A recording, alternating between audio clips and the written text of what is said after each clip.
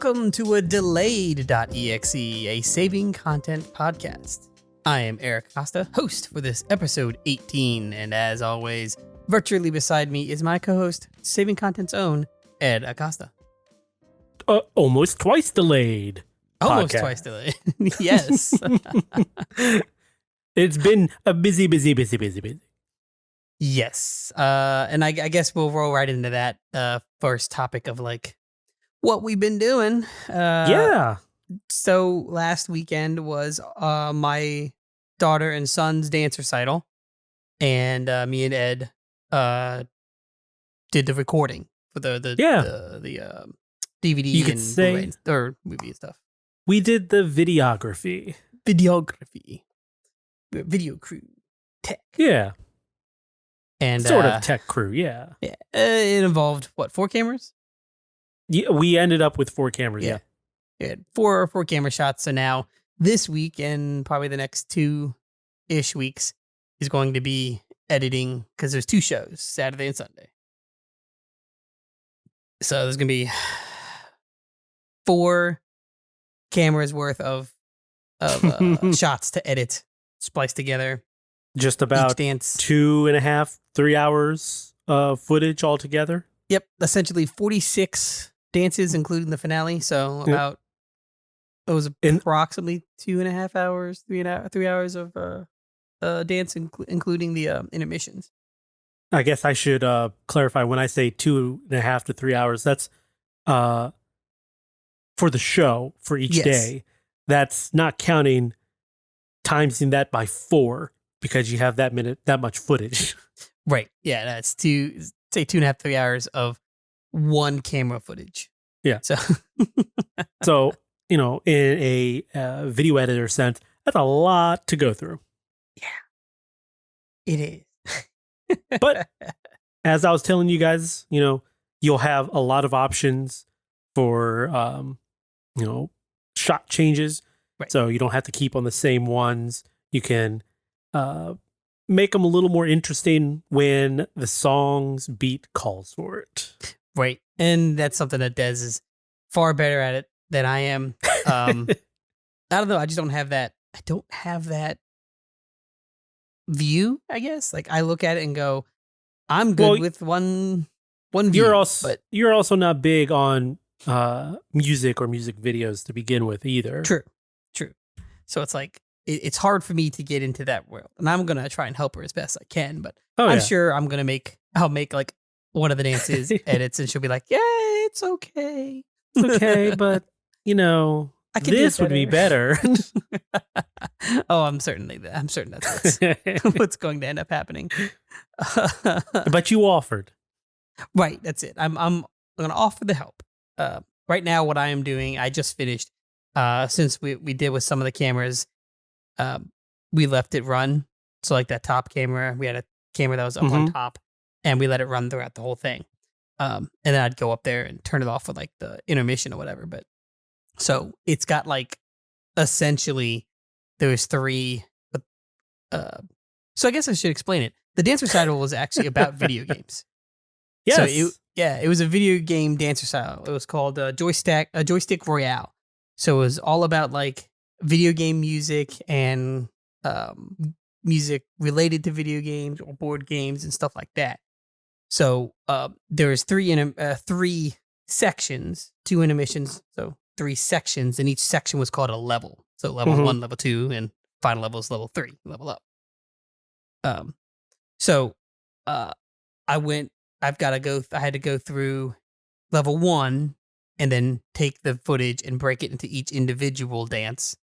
Then level 2, each individual dance, and level 3, each individual dance. So I just finished doing that, and now I'm timing them all up. Well, that'll take some work, but makes it easier for the actual editor when it comes to the shows because everything is tidy, everything's as lined up as it can be, and it just makes for it to be a little easier to sync all the footage together and then cut. Right. Now, I do eventually want to get more of that JVC, the ENG one, the bigger dude, because you can effectively time sync those. Well, yeah, if you had a SDI cable to go between the two, Yeah. you could probably do a time sync and then go from there. And that way, whenever you start rolling on one, it'll keep the time on the other, so that when you start rolling, it starts at the time that it says on the file for the other one. Right. So that way, that would make it significantly easier. I can then do multicams, and within the multicams, if you have a time code, it'll sync them up through the DaVinci software that we use. Mhm. And then when I pull, say I want to pull three, the three cameras at this point, it'll show me all three. And this is what it looks like at these points on all three. Yeah. And I'm sure DaVinci can do it too, but no, I come from the world of Premiere. So even if you didn't have all your stuff synced up, you could, in Premiere at least, create a new composition, sync everything up in a multicam layer, and then bring that back to your timeline. That way it's all synced, but it's not exactly synced, if you know what I'm saying. Like, it's not digitally synced to exact time code or anything. It's by what you see. So, right. You basically doing it the manual way. So that's actually what I'm doing right now is I've made I've made 46 timelines. Okay. And each dance is a timeline. So, and then there's an overall timeline. And I'm syncing up each individual dance in its own timeline. And then I'm going to bring that. And I think what Des wants to do is actually she wants to edit in that timeline. And then when she's done the edit, she'll take the edit and bring it into the main timeline. Sure. I mean,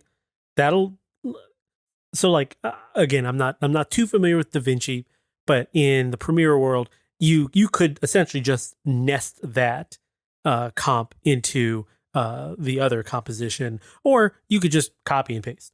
Yeah. I think there is something that said nest. But we haven't played around with it, and I don't want to play with anything too new for this. Mm-hmm. Yeah, it's for a product, not an actual product, not a time to experiment. Right. So, other than that, video games that I've actually been playing that are actually video games, Horizon Forbidden West, still playing that guy, still loving it. Still such a great series, great game. I mean, it looked like you were having an enjoyable time. Yeah, I liked it. I'm a little worried about the TV series supposedly happening. Yeah, I'm hearing some thoughts I'm on not that. sure where to go with that, because it's like, what is Horizon if not Aloy, right? Right. It comes along the same, because there's lore that can be explored, but at the same time, is that what you want to explore first to get people into the series? Right. Like, it'll have the name, but it won't have anybody you recognize. Right. Or if you recognize them, they're like the side characters that you have had to have played the game to know. Right. Like, right. Well, take Mass Effect, for example. As much as I would love to see just a CSEC, police drama with Garrus on the Citadel, to get people in seats, butts in seats, you'd want to have a version of Shepard on there. Right. So like with me, the Horizon thing, you almost have to have Aloy. But I think you need to speak to some of the adventures that she did, not necessarily that were off screen, quote unquote, off game screen, but you still have to weave them back to be like, oh, that's where she was at this point, and now you do a little section where it's talking about what you did in the game, right, and then you can veer back off, kind of thing. I mean, as we've said before, it like when it comes to the Halo stuff, you want to have what's recognizable. You want to ideally be almost point to point for what the story is telling. Yeah. And that's not saying you can't have episodes that are outside of that, telling like a shorter story, or, kind of fleshing out some of the other bits of lore, but in this case, you'd want to have the story of Aloy kind of be parallel to what it is in the game. And if it's not that, then it needs to be a story that is enhancing what's already in the game. You don't want it to be like Halo. You don't want it to be in its own timeline. At least I don't. I wouldn't want it to be in its own timeline. True, and then because to me, it alienates people that legitimately like the game, liked that game. Like Halo, I liked the game and I liked the lore, but when you change it to make it fit a different medium, it's the same thing that happens with a lot of video game movies. It's like you didn't follow the outline that you were given. Yeah. You just took the property and try to weave your own tale. Yeah. Instead of, you gave us an opinion article instead of a, factual journalistic article. Right. And listening to Nextlander, right? I've listened to Nextlander. Oh yeah. I've listened to them talk about the, Mass Effect movie or series, and they talked about the Horizon series, and, they're very much on, or two of them are very much on the side of I don't want to see the game. And they said it with both of them. I don't want to see the game. I've already done the game. I want something new. Oh, yeah. I mean, as much as I agree with some of those guys on stuff when it comes to video games portrayed in media and such, that is one I don't. I do want to see the game. Right. Yeah, exactly. I'm that person. We are that person that's we want to see what we did in the game portrayed in a movie. Now, I realize if it's like Mass Effect, you're not going to make all the same decisions I made. Of course. You have to be okay with that. As a person, you can't go that far and, and say, well, I didn't make that decision, so that's not me. You have to be okay with the movie is going to make decisions you may not have made. Right. Which is fine. But that comes with the territory in that regard, because that's how Mass Effect is. It's a choose your own adventure. Right. It's not a written tale, something like a Halo or something like a Horizon. Yeah, I mean, Horizon is, they make it feel like you have choice and it's going to change things, but it doesn't really. No, I mean, any of the choices that you make, I think it's just dialogue. It's just dialogue. It doesn't actually affect the game, because no matter what you choose, you always end up at the same spot. I guess technically it's the same with Mass Effect, because you always end up with one of three choices, regardless of what you chose to do in the game. Right. You basically, what color do you like? Yeah, exactly. And the the end is not really all that different between the three. Not really. And the only real, well, wasn't there 4 endings? Yeah, there was 4. There's 4 technical endings, I think, but 3 that are, Shepard does something. The 4th one, he doesn't. You just stand there, right? Or no, you walk away or something. You walk away, and that's probably the worst ending or something. Right. Everything goes to crap and blows up or something like that. But to me, the obviously good one was the Synergy one, which doesn't look like it's going to be the one that's going to be coming out. No, because, in spoilers for a, 10-year-old game almost at this point. Look, if it's older than a year in my mind, it's no longer a spoiler. Sorry, podcast world, people out there. I'm going to let you know right now, if your game that you're waiting for to play for some reason is older than a year and you talk to me, I will spoil it, because you've had plenty of time. You've had ample opportunity. Right. Well, so in the Synergy one, it's everybody they've become one. It's organic and there is no organic, synthetic. There is no robotic. Yeah, it's just one. It's one thing. Yeah. So that is not the not chronological. Canon. The canon ending. The canon ending is supposed to be the Destroy, red destroy. Yeah. Because that is the only ending that you get the secret cutscene. If you did it perfect 2 or whatever. seconds. Yeah. Yeah. It's 2 seconds long. It's pretty much Shepard going breathing. Yeah. So I mean, if they continue the story where it left off for the next Mass Effect, then it's going to probably, more than likely, be the Destroy ending. Right. But being that it is so, it looks like it is so far in the future. Which maybe, I mean, technically it can be because you see Liara in those trailers and everything. Yep. But some of those other people, it's not really clear who they are, but it's possible they could be, people you know. Well, the only other one that would be able, within the world, the Mass Effect world, that would be able to last that 400 whatever years is a Krogan. Right. So it would be Krogan, like to be the same person. I mean, obviously the race could still continue, but to be the same person, they could live that long. Yes.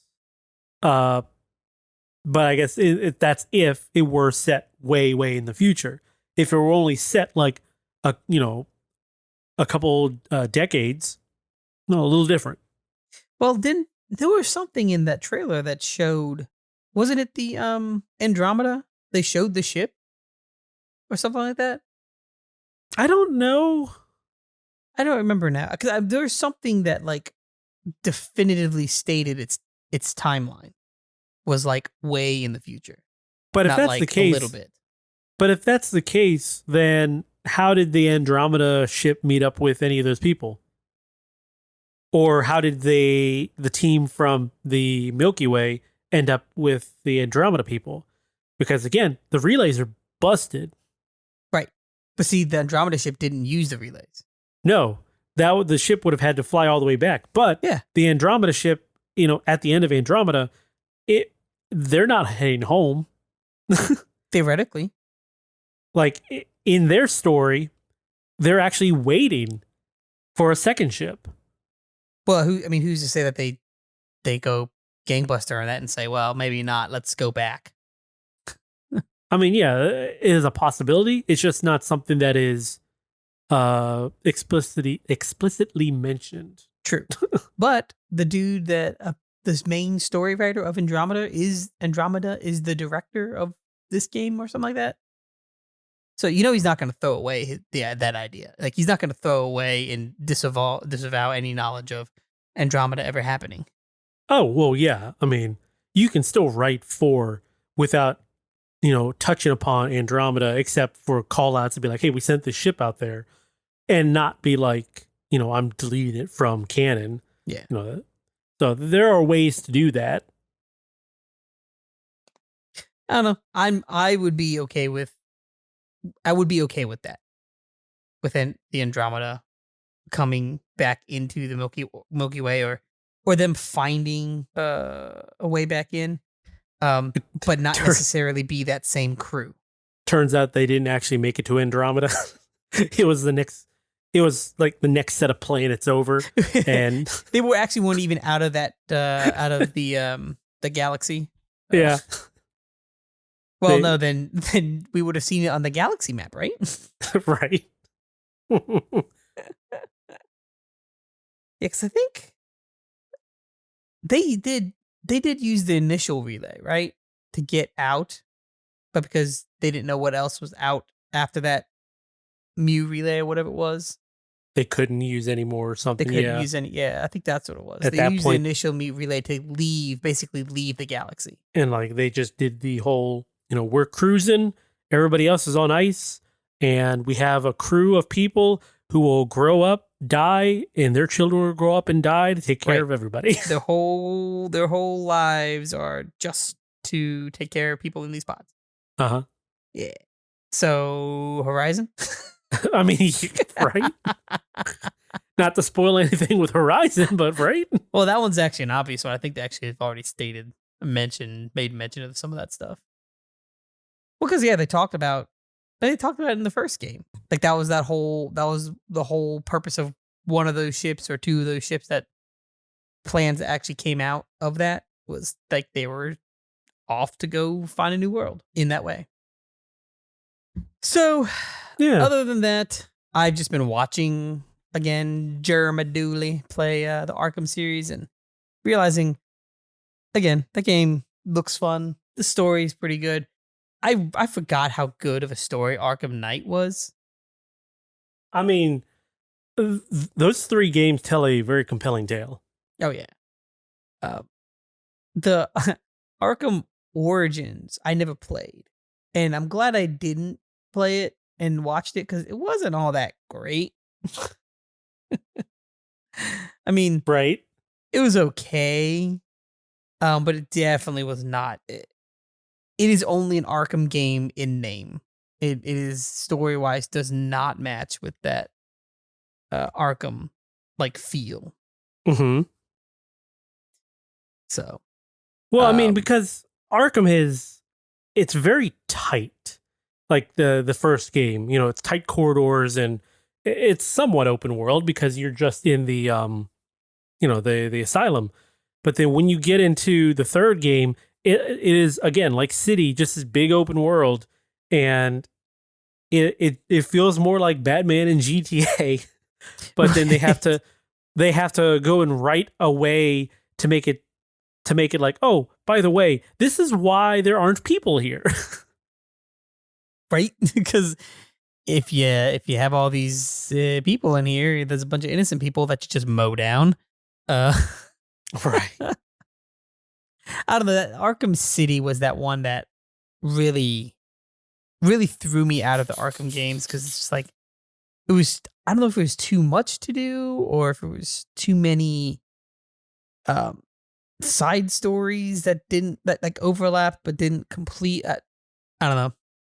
It really threw me like that. That's. I think it might have just been too much too early. Well, yeah, I could see that. But other than that, that's what I've been doing. Not very. I mean, like we said, the majority of my weeks have been dance recital stuff. Well, yeah, I mean, obviously, that was going to take precedent over any game time. And, I came up to help out with that and to visit everybody for the week. So I also didn't have much in the way of game time other than, playing some more Animal Crossing. Most of my time ended up entertaining some nieces and nephews of mine. Like how you put that, entertaining and not like dealing with or Well, I love hanging out with them regardless of what they want to do. I always have fun, so it's always entertaining for me. So hopefully it's entertaining for them too. Yes, the youngest one, Maris, is the first day back when you weren't coming. Yeah, you were on Monday, I guess, when you were heading home or Tuesday. She's like, so when's Uncle Ed coming back? Aww. I'm like, well, he needs to go home. He has a job and a life outside of you, honey bun. She's like, no. Right? I don't think you understand, Dad. He doesn't. He's got to be here. Well, so it was mostly Animal Crossing, basically still doing the same thing, just going up, cleaning my island and trying to. I've been doing the whole flower hybrid thing, and right now I'm just kind of cleaning it up to make it look nice, put fencing around it, walkways and everything, make it look like a nice little flower park or something. So if anybody comes visit my island, there's a reason to go up there, up in that corner. It's not just open space. Right. But since the last I actually sat down and played, they've also introduced like farming stuff, like vegetables and things like that. So I think after I'm done cleaning up the island and getting these little flower patches nice and tidy, I think I'm going to start cutting down some of my orchards and just make little farming rows so we can put those in there. It would be nice if I could find a way. So they've also added gyroids since the last time I played. And in past games, they've had ways to show how, your collection of gyroids, whether it was like having Brewster store them or having like a menu or something that says you've collected this or that. Right. This one does not. This has nothing. So they're just items. Yeah, you just put them on So the ground or whatever, right? yeah, you just end up putting them on the ground. I mean, you could fill up a room with all of them, but there's no way to be like, well, these are organized in a certain way. So I may end up trying to carve out another section of my island just to put a walkway of gyroids in like I guess you would call it like an amusement park queue line pattern where it's just S's. Right. So you just walk up and down and all the gyroids are going. You're making a If I have gyroid enough line. space. Yeah. But that's if I have enough space. Which that tends to be the issue in that game is space.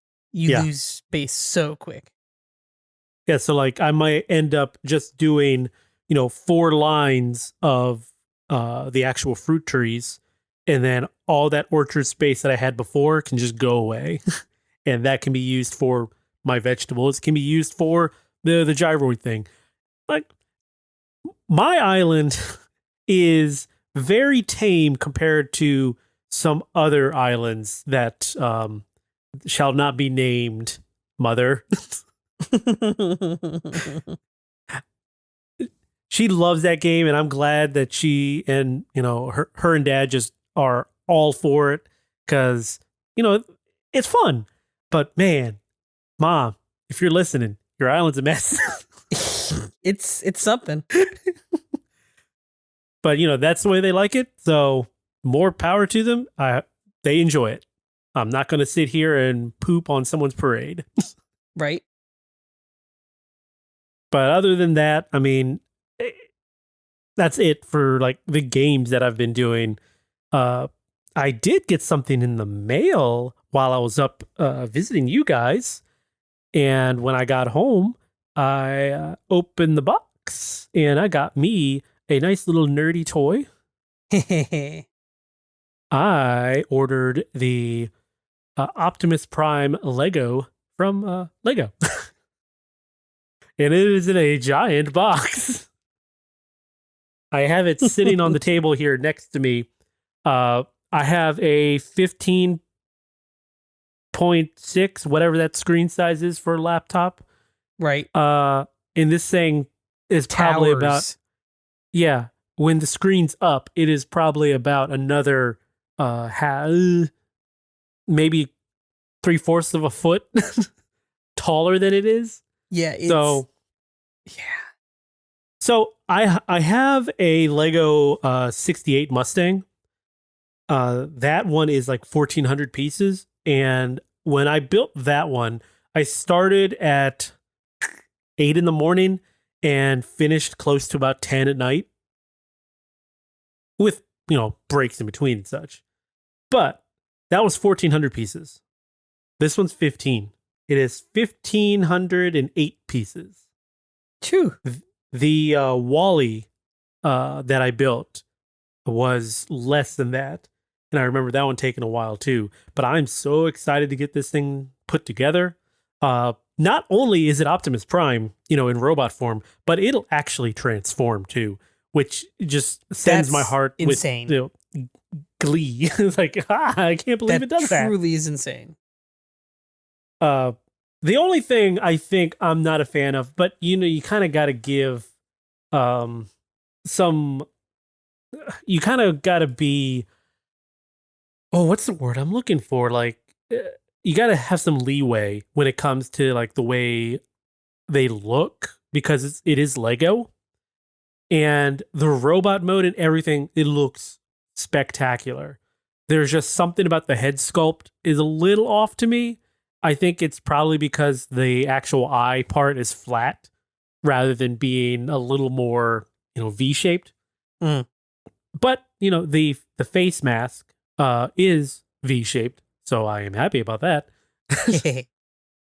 But yeah, this is something I might find a way to hook up a camera or my phone and just do a live stream of me building the thing. Well, see, why not? I mean, you might You gonna do like a legit live stream, or are you gonna do like a record and then fast forward? Oh no, it would be legit. Like I would have, and see that's why I was like, if I do my phone, it's going to get super hot. I'd want to use an actual camera. But pop a camera on there, have it record, just live. Just I don't know what service I would use to do the live stream on, but just pump it out there and just build. And if anybody joins in to whatever chat it is and asks a question, I may answer that question. Have a little chit chat. I may answer that question. You can go there. I may answer. Yeah, I may answer. I can try to answer. Maybe I don't have the answer. I'll make up something. How about that? But the only other thing that I've done this past week or so is I've tried a few new foods and I've posted those on social, TikTok, Instagram, things like that. Yeah. So the other day we did, and you were in that video, we did blueberry Kit Kats. Yeah. I really like those. Those actually taste really good. There are some people who don't like that fake blueberry or fake berry flavor, but it was good to me. I didn't mind it, but I did notice that it was the kids who disliked it. I almost wonder if it's because to get that flavor of blueberry, you need a higher amount of that fake blueberry flavor. So, like for adults, as you grow, you lose taste buds or taste receptors. Oh yeah, or they don't work as well. So, to get that flavor for the adult, has to be stronger. So for the kids who have more taste buds, maybe it's too much. Yeah, because Genevieve and her friend, they were like, no, not good. No, not liked it. It was a hard no from all of them. I don't know what y'all talking about. It's delicious. I mean, it wasn't delicious. It was okay. There are Kit Kat flavors I would take that over. Oh, certainly. 100%. There are like the green, what is it, matcha? The green matcha tea one? That's garbage. Oh, I don't know if it's garbage. I like that one. Oh, oh boy. Speaking of tea, you know what I bought today? Tea? I bought one of those iced tea makers. Okay. Well, I wanted to make tea because Mom sent me down with some of that boba that she bought. Yes. Like the not instant boba, but just a quick boba. Boil it. Yeah, boil it yourself boba. So I'm like, well, I need to make some tea, but I don't got a kettle. I don't got a teapot. You have a microwave. I have a microwave, but that requires me to put water in like my measuring cup and then put it in the microwave. The only other way would be like, okay, put a bunch of water in a pot and then dump that pot in a container. And that just sounds like a lot of extra work for what could possibly be a giant mess. So True. I bought a iced tea maker so that it would just do all of it at once. So then I'll have some iced tea. I can pour me a glass, dump some boba in there, maybe some syrup to give it a flavor, and I'm ready to go. Well, you mean like a simple syrup, right? Yeah, if anything. Not like maple syrup. I mean, maybe. You would make a breakfast boba?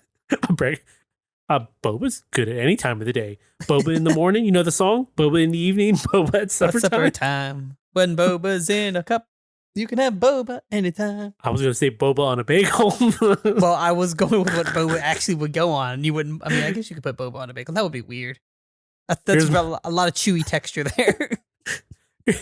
Here's my new breakfast bagel. It's strawberry cream cheese with boba on top.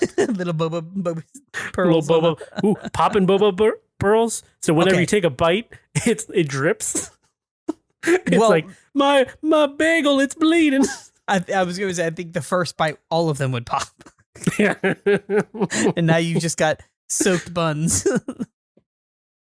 My bagels are soaked. The cream cheese, it did nothing.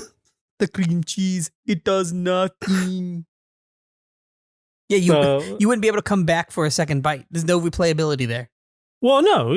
If you do it over a plate, then you take your bagel and just dip it in the boba juice.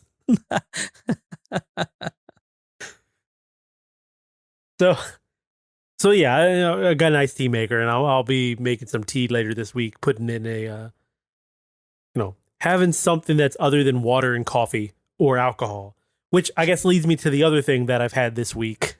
Uh-oh. Is before I left, we stopped, me, mom, and dad, we stopped by the liquor store, and I bought some of the Old Bay Summer Ale from Flying Dog. So I bought the Summer Ale, and I bought this one's called Dead Rise. Dead Rise.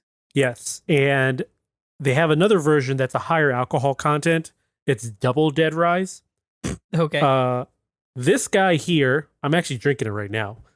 This guy here is 5.7, and the double is just about 9. Okay. Dang. So I will say, I don't like it. I do enjoy the the experience, but I don't taste the Old Bay. I taste beer. Do you smell the Old Bay? No. No. Oh, okay. well, hold on. No, it smells like light beer. Okay. Imagine drinking one of the Bud Light oranges that Dad likes to drink, without the orange, and So maybe Bud Light. a little hot. I don't know if that's the right word. Hoppier, yeastier. Yeah, hoppier. It tastes more like a beer than a light beer does. Okay. So you probably wouldn't like it.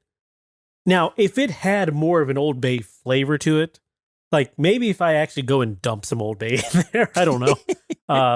It might be more enjoyable. I do wonder if the double will be stronger or not with Old Bay flavoring. Probably not. Doubt it. It's probably just stronger with probably be more hoppier. Yeah. Or more alcoholic, like more bitter. Right.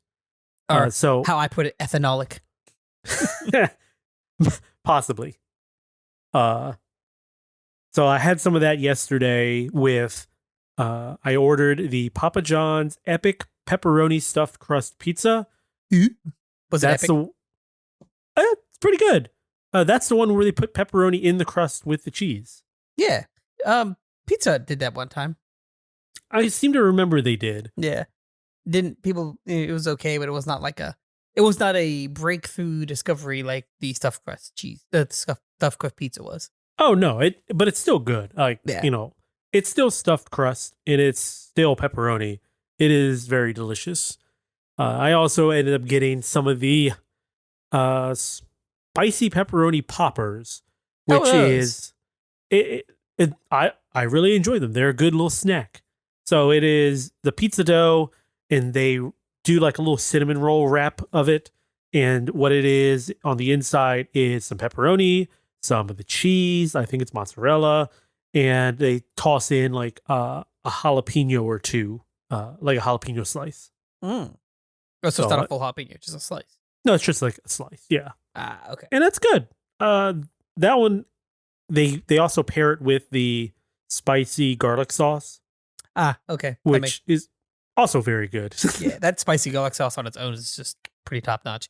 I mean, it's not spicy by any means, but it's a spicy flavor.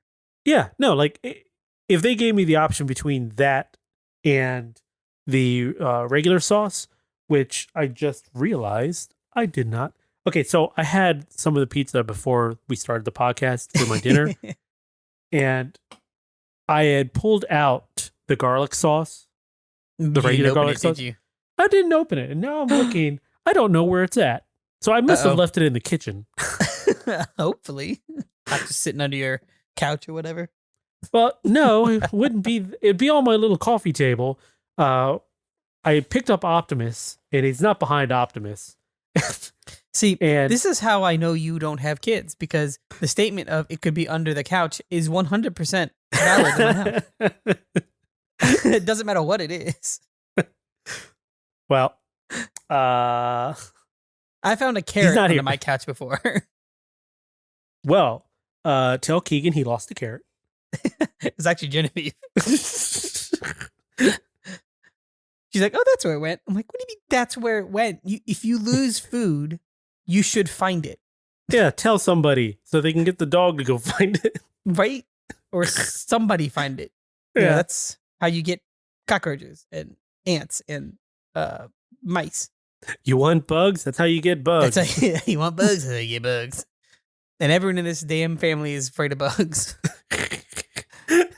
The little girl, Miss Maris, just the moment a bug comes, ooh, bug, yuck, Yeah. no. It'd be outside at the door. It's like, this is where it lives. Like, you're in its territory. And she's like, Right. no, that's a bug. I don't want it. But that's pretty much all I've got. The food was good. The beer is okay. I think I'm going. Oh, you know what? No, one last thing. So I got some stuff to make a new ice cream. Ooh. I also got a new ice cream. I haven't told you about this new ice cream yet, because I kind of want to reveal to everybody what this new one is I'm going to taste. But I will tell you, it is Grey Poupon mustard and salted pretzel ice cream. So you mentioned that when we were at Mom and Dad's and I tried the macaroni and cheese ice cream. Yes. Which that was an adventure, right? It was an adventure. It was a thing that happened that somebody made for some reason. So it wasn't bad, but it wasn't good. Right. So when I was eating it, the first couple bites, I was like, I don't know if I like this. And the more I ate it, the more it became like this. Your palate like accepted it. Yeah. And it was like, this is actually good. And I ate the whole thing. But that memory of the first bit, I'm like, I don't know if I'd buy that again. Right. So I had about like 5 or 6 scoops and I'm like, I've got to stop because I'm still not sure how I feel about it. And if I don't, I'm just going to keep eating it. And I think that's what the case is. I would have just eaten the whole thing and been like, I still don't know. Did any of the kids give it a try? None of them. They looked at it and went, no. That would have been funny to get on camera. Like, well, here, taste this. Maris, I told her, I was like, you want to try it? She goes, I said, it's mac and cheese ice cream. She goes, mac and cheese not cold. Even she knows. Not ice cream. I'm like, but it is. She's like, no. I'm sure she just wanted the unicorn ice cream anyway. Oh no, that's her ice cream. Yeah. She doesn't let anyone touch that. But I've got that to do a taste test on. So at first I thought it was just Grey Poupon, but then I noticed it says salted pretzel bits. I'm like, oh, maybe this won't be so bad then. Yeah, I don't. That's the thing. When you said Grey Poupon, I was like, I don't eat just Grey Poupon in general. Yeah, but with pretzel in there, it might be enough salt and everything to cut through that sour bitterness of a mustard. I was thinking almost like a caramel with a mint, like reduction of sweet, so that saltiness. Sure. Kind of feel, but the Grey Poupon flavor is where that's getting me. Right. I mean, it's Dijon mustard. Dijon mustard and ice cream. I don't know. Yeah, because like pretzels and ice cream, I could certainly see. Oh yeah, easily working. It's that, salty sweet little kick that you get.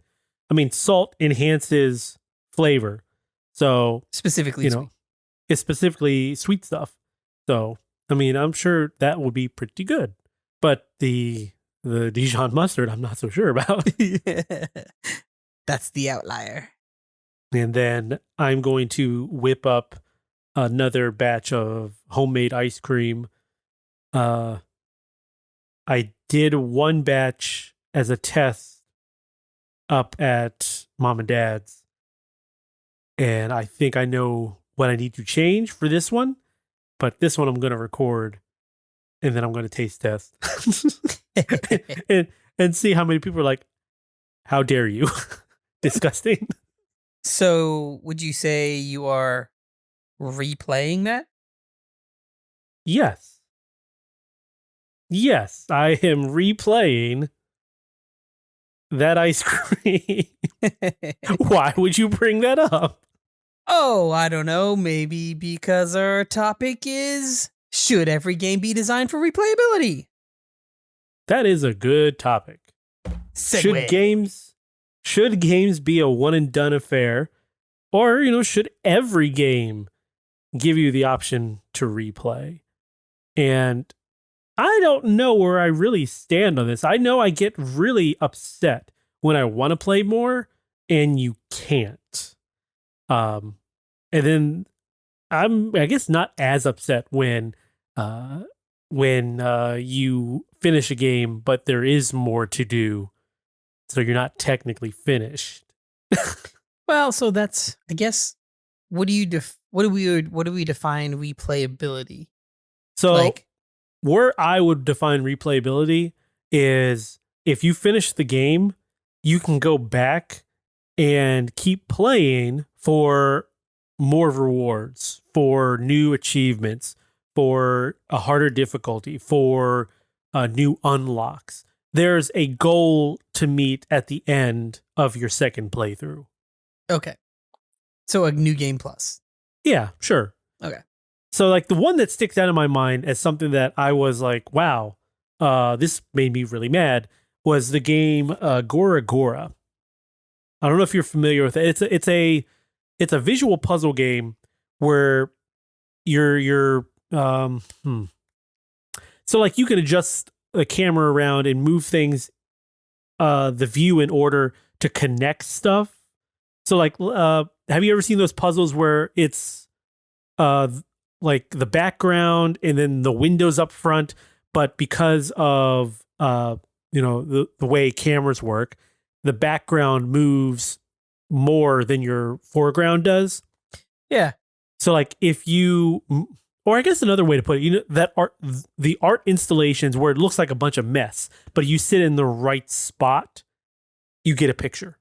Yeah, it's like that Sony game that was on the PSP Go or Vita. Crap, now it's called. But it's that Echochrome. Because that was like that one where you had a person walking and then you had to move the camera to adjust, like to get through the puzzles. Because he would fall through a hole, but if you move the camera, he falls through a hole and lands on the platform. Sure, I mean it's kind of playing with that same sort of thing, perspective stuff. But I played through that game, and once you're done that game, that's it. Like the story's told, the puzzles are all solved. You can go back and play it again, but what's the point? Because you've done everything. You've done it, right? Kind of like Myst. So, yeah, I guess, kind of. Because you can replay Myst, but the whole purpose of Myst is figuring out the puzzle. I mean, yeah, it's the figuring out the puzzle, and there's an actual story there to, a deep lore to follow along with. In the Gora Gora game, it was just like, I spent 4 hours, I think, playing it. I think it was that long. I don't remember. It was just in one sitting on my phone. And I got it when it was on sale. And, no offense to the publishers or anything, the developers or anything, because I'm sure they worked their butt off to get and it's a good game. It's just, even at a sale, I felt my money was not wasted, but I didn't feel good about my purchase. You felt like you needed something more. Right. Yeah. I see what you're saying. Either that or, the price would have, had to go down some more to be like, okay, well, that was worth it. You didn't get value out of it. Yeah. Yeah. So in that regard, when something like that happens, yeah, it makes me a little upset. That's like, why isn't this designed to be replayable? Why can't, you add maybe even a speed mode or a mode that changes up puzzles or something? But that's how they design their game. That's whatever. Right. They got my money. Yeah, like that's it. They got your money initially. Well, and like, so I have a issue. I don't say issue. Replayability to me is unless it's a completely different playthrough, I don't want to try it. Like I don't like I don't like New Game Plus, right? I don't like replaying a game just to play the story again. Like I am the triple A person that like those big game companies are making their games for. Play it from A to B or A to Z and be done with it on the first round and never pick it up back up again. That's how I play games. Well, actually, now game companies don't want you to do that. They want you to be invested in their game for as long as possible. So let me rephrase that. Yeah, possibly spend money on it. Right. Initially, the first when they built the game, they made a game from A to Z, and they wanted you then to buy the next installment of the game. They didn't want you to rest into that game, and they didn't want to give you more, but they wanted to take your money. But that's how I play games. Of I play Assassin's Creed. I do everything I possibly can, and then I move to the next mission, and then I keep doing that. So by the end, at the last mission, I've done everything. So I never play new game pluses. Well, Assassin's Creed's a little different, and those open world games are a little different because I still feel they are designed to be replayable even when you finish the story, and it's not a new game plus. Because in those games, you can finish the story without touching any side quests or barely any side quests. So when you're done, you can hop back in there and go complete a bunch of stuff that you just kind of, passed over. And yeah, but it's not replaying. See, to me, that's not replaying. You're still playing the initial. Oh, see, I don't believe replayability refers to replaying the main story over and over again. When you're done the game, to be replayable, it gives you a purpose to keep playing after you're done. So see, that's where again that goes back to the definition of replayability between us. To me, replayability is I've gone from A to Z, collected everything in the game, not just story. Everything in the game, story, everything you could possibly do. Replayability is going back and doing that all again. See, I don't know if I agree with that because if that were your definition, then there's no such thing as replayability because at that point, you still have more to do if there was a quote unquote replayable game in your definition, because you play through, do everything, and then there's new game plus, and there's more stuff to do. So it's technically not done because it's an endless loop in your eyes. Where I'm seeing it come from through your eyes. Well, I don't see where. So I've yet to find a new game plus that actually adds something new, aside from being able to take your character at the end of the game, putting it into the beginning of the game and making it harder. Well, you've not added any new story, you've not added any new side quests, you've not added any new treks. It's just that, to me, new game plus is what I'm talking about by replayability. You are literally just playing the game again, but that's with a stronger character. But that's not different to me. Right. And that isn't different. So I wouldn't consider that replayability because all that is just increasing difficulty. There's no carrot on the stick at the end of that. So all you're doing is just replaying the game. It's not what I'm referring to as replayability. Replayability would give you a reason to replay the game. Just at harder difficulty, maybe you're that type of masochist type of person who wants it super hard. Souls. But it is, well, Souls is a little different, but that's not where I come from with replayability. Like replayability would be you finish the main story whether or not you completed all the side quest stuff or not, if you didn't complete it all, you have a reason to go back into the game and do stuff that is different. And that is what would be the carrot on the stick, to finish all that. If you finished all that as you played through the game, then you're done. That's it. You've completed everything.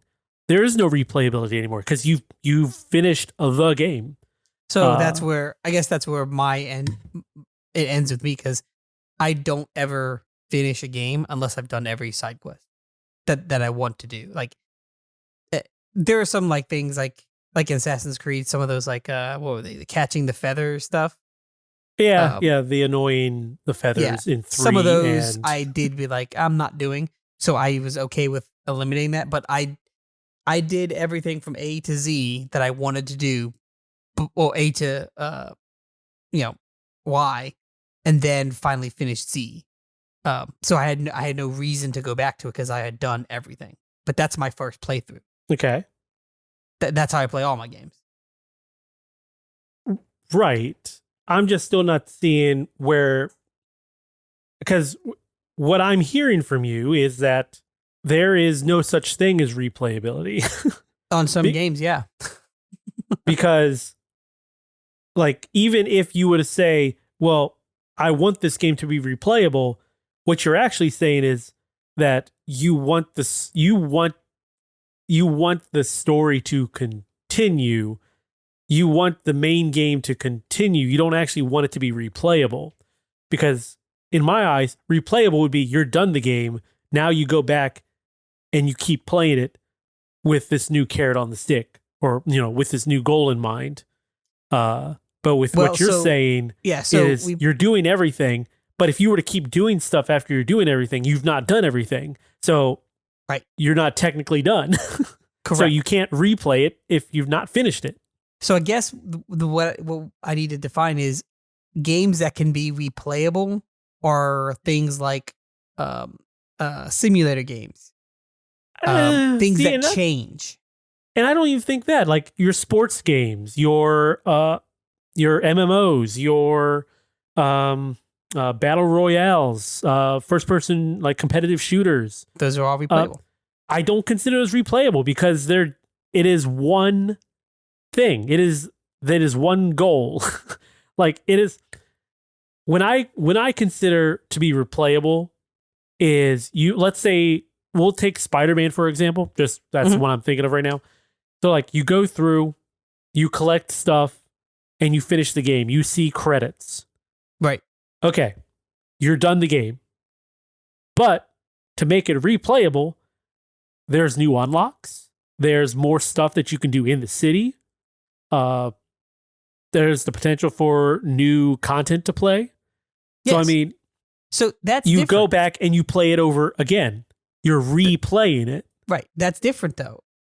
I have yet to play a game where the new game plus actually adds worthy stuff worth that.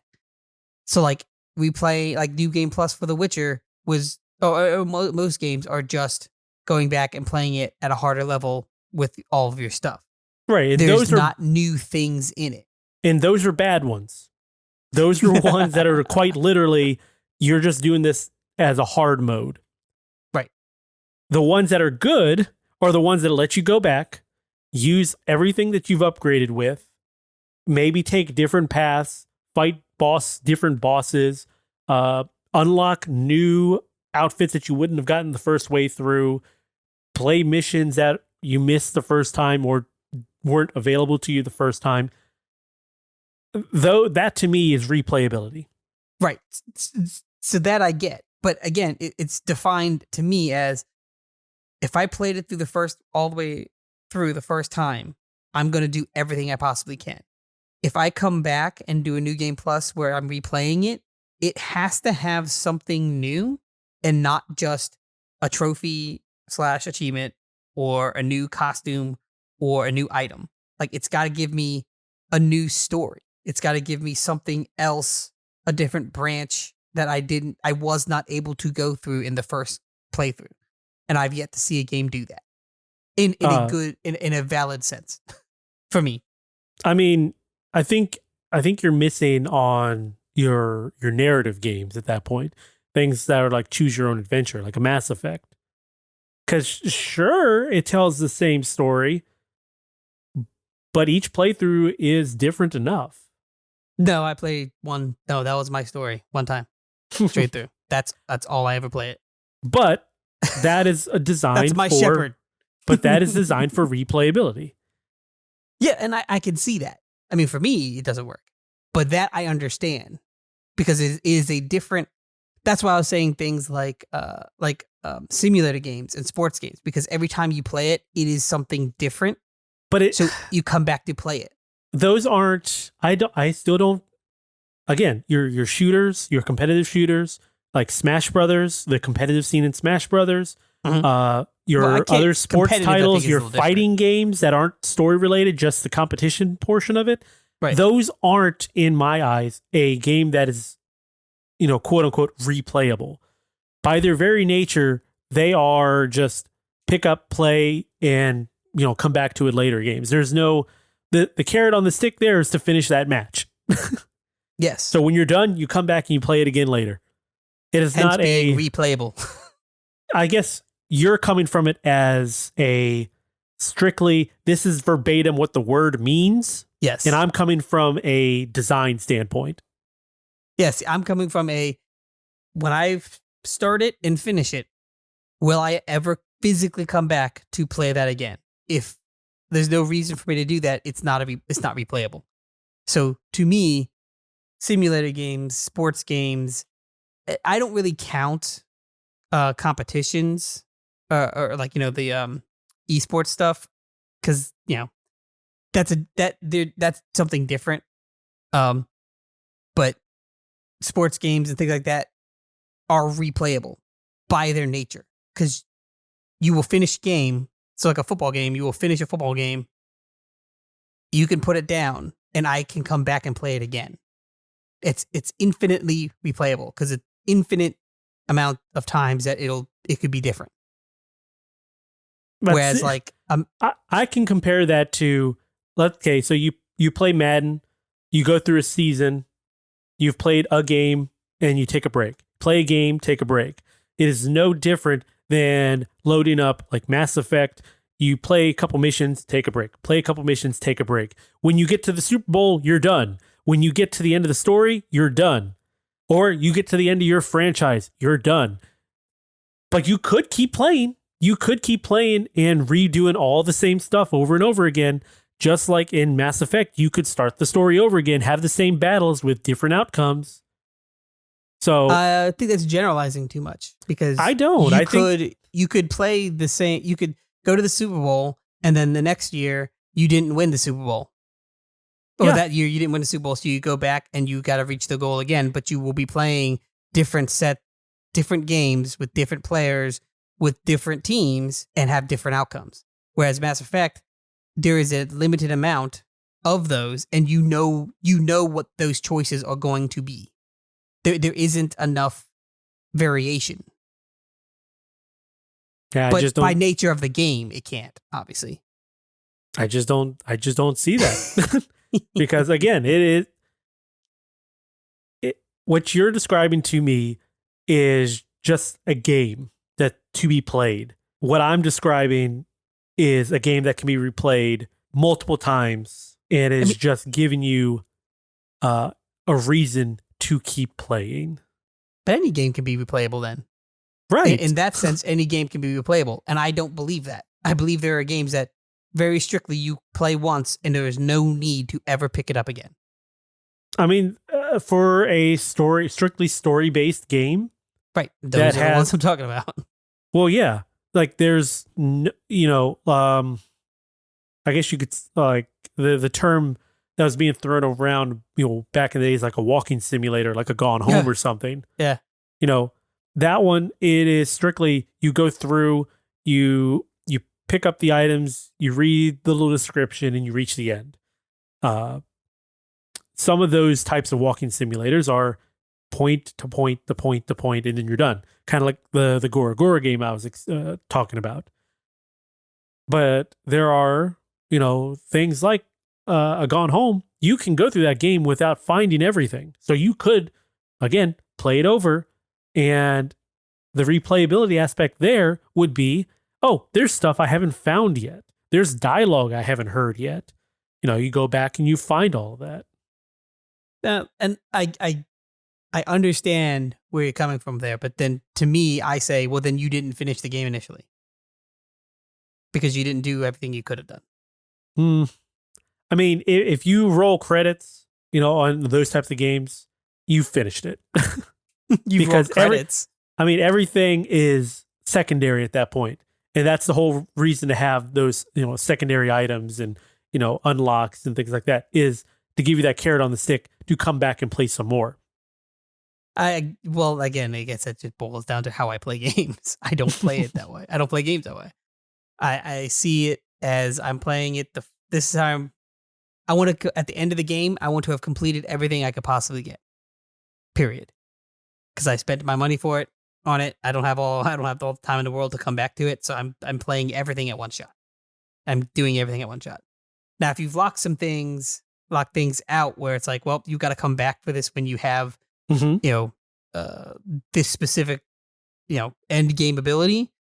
Okay. As long as you're not like in Horizon, I do get upset with some things where it's like, you have to get this ability and then come back midway.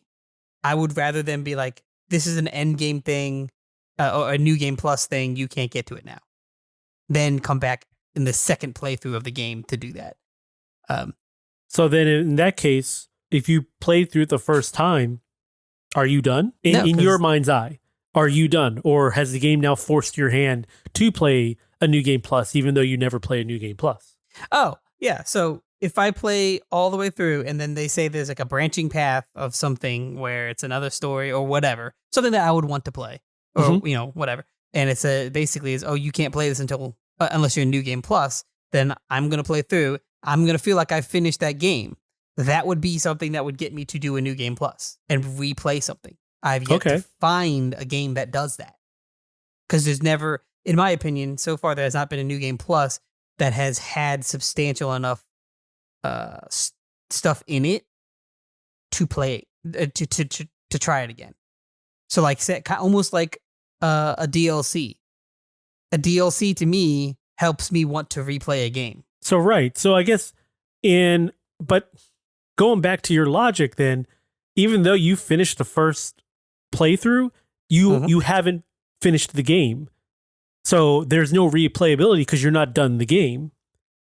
You being done the game would be playing through the first time, then playing through the new game plus. So then at that point, when you're done, anything after that would be replayability. So what you're saying is with yours, you still haven't played through the whole game yet. So the replayability argument hasn't even started.